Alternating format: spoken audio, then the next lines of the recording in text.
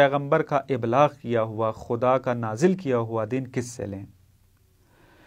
آپ جس کو بھی مشخص کریں گے تو وہ آپ کا مرجع دینی کہلائے گا، یعنی آپ دین کے اندر اس کی طرف رجوع کرتے ہیں، وہ آپ کا مرجع ہے دینی۔ پس امامت یعنی مرجعیت دینی، کہ دین میں ہم کس کی طرف رجوع کریں، دین ہم کس سے لیں؟ آیا دین ہم فقط علی و آل علی علیہم السلام سے لیں، یا نہ ہم باقی صحابہ سے بھی دین لے سکتے ہیں؟ اب اگر آپ امامت کے مسئلے میں تحقیق کریں گے تو اس نقطے کو بھی واضح کرنے کی ضرورت ہوگی آپ کو، کہ آپ مشخص و معین کریں کہ میں نے دین کس سے لینا ہے۔ اہل تشیع کا یہ موقف ہے، یہ نقطہ نظر ہے کہ ہم دین فقط علی و آل علی سے لیں گے، کیونکہ پیغمبر نے دین کی تفسیر، دین کو بعد میں حفظ کرنا اور اس کو دوسرے لوگوں تک پہنچانے کی جو ذمہ داری تھی وہ علی و آل علی کے اوپر چھوڑی تھی۔ اس کے اوپر ہمارے پاس مختلف دلیلیں موجود ہیں، انشاءاللہ بعد کی گفتگوؤں میں یہ مطلب محکم ادلہ کے ساتھ آپ کی خدمت میں عرض ہوگا اور آپ کے لیے یہ مطلب واضح اور روشن ہو جائے گا۔ دوسرا جو موقف ہے و نقطہ نظر ہے وہ اہل سنت کا ہے، وہ یہ کہ اہل سنت کہتے ہیں کہ ہم دین صحابہ کرام سے لیں گے، کہ علی علیہ السلام بھی ان میں سے ایک ہیں، لیکن منحصر علی سے نہیں لیں گے، بلکہ باقی اصحاب جو پیغمبر کے دور میں موجود تھے ہم ان سے بھی دین اخذ کر سکتے ہیں۔ پس مکتب تشیع مرجعیت دینی میں آئمہ و اہل بیت کو، علی و آل علی کو مرجع دینی مانتا ہے، اور اہل سنت تمام صحابہ کو مرجع دینی مانتے ہیں اپنے۔ تیسرا جو مرتبہ امامت کا ہے وہ امامت کا اعلی ترین مرتبہ شمار ہوتا ہے، وہ ہے امامت یعنی ولایت، اور ولایت بھی یہاں پر عرفانی معنی کے اندر جو ولایت ذکر ہوتی ہے وہ مراد ہے، نہ ولایت پہ معنی ولایت سیاسی یا باقی اور معانی جو اس کے موجود ہیں وہ مراد نہیں ہے۔ یعنی اس مرتبے میں کیا مطالب موجود ہیں، کون سی گفتگو موجود ہے؟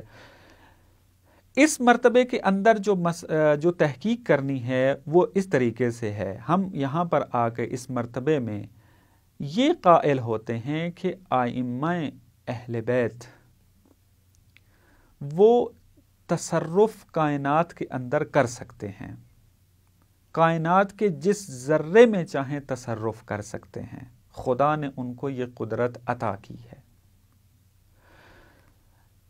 اس مرتبے کے اندر ہم امام کو قطب مانتے ہیں، عالم امکان، یہ پوری کائنات ایک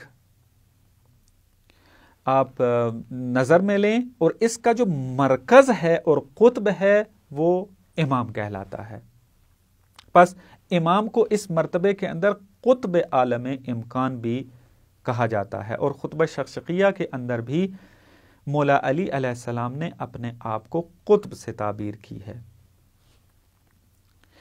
اور اس کے اندر جو مسئلے ڈسکس ہوتے ہیں، جو مطالب اس کے اندر ذکر ہوتے ہیں وہ اسی ولایت کے ساتھ مرتبط ہیں۔ مثلا اس کے اندر ایک بات یہ ہوتی ہے کہ آپ اس مرتبے کے اندر جب تحقیق کریں گے تو آپ دیکھیں گے محققین جو علماء ہیں وہ قائل ہیں کہ اس مرتبے کے اندر امام روح ہے اور پورے کا پورا عالم ایک جسد کی مانند ہے۔ جس طریقے سے ایک انسان جسد رکھتا ہے اپنا، جسم رکھتا ہے اپنا، اور اس میں پھر ایک روح کی ضرورت ہوتی ہے، اور وہ روح ہے کہ جو اس کے زندہ ہونے کا سبب ہے، بدن کے حرکت کرنے کا سبب ہے۔ اگر یہ روح نہ ہو تو یہ بدن مردہ ہو جاتا ہے، بے جان ہو جاتا ہے۔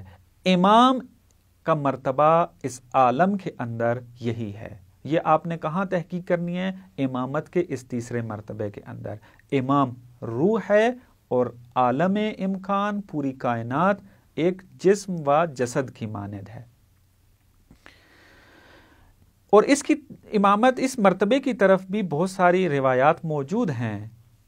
ایک روایت کی طرف فقط اشارہ کرتا ہوں، اس کی پھر مفصل محکم ادلہ جو ہیں، دلیلیں ہیں، وہ بعد میں انشاءاللہ آپ کی خدمت میں عرض ہوں گی. ایک مشہور دلیل کے جو آپ نے بھی سنی ہوگی روایت، وہ یہ ہے کہ لولا الحجہ لساخت الارض باہلہا، اگر حجت اس زمین پر نہ رہے تو زمین اپنے اہل کے ساتھ نابود ہو جائے گی. تو یہی تیسرا مرتبہ بیان کر رہی ہے کہ امام چونکہ روح کی مانند ہے، روح ہے اس کائنات کی، اگر امام نہ رہے تو یہ کائنات پوری مردہ ہو جائے گی. پس امامت کے 3 مرتبے ہیں. ایک مرتبہ امامت سیاسی ہے کہ ہمارا رہبر کون ہے، ہمارا پیشوا کون ہے، ہم جامعے کے اندر کس کے پیچھے چلیں.